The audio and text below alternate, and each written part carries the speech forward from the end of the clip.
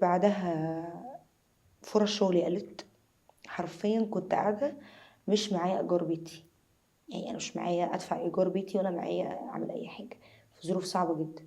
وناس كانت شغالة معايا ماضية على شغل، الناس خدت فلوسها تاني، انتي بوز بتاعها. فانا قعدت فترة، ما ده بقى كان اختبار من ربنا.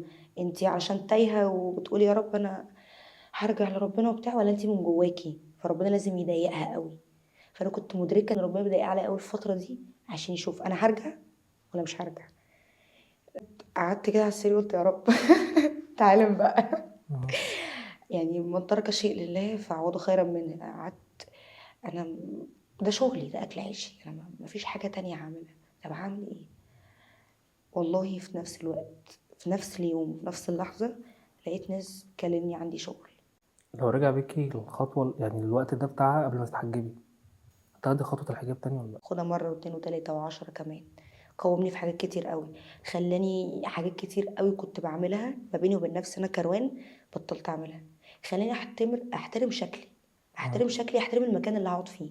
يعني أنا ممكن كنت الاول يلا بينا بشعرك بقى بتسهري مثلا، بتروحي هنا الفايبس نفسها.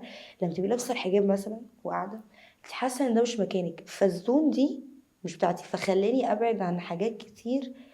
لا قومني في حاجات كتير جدا، وخلاني فعلا من جوايا انا كبنت بقيت رزينه اكتر، محترمه نفسي حالي اكتر. مش يلا يلا يلا هوبا ساحل هوبا هوبا هوبا بتاع، لا. فعلا في النفسيه فرق.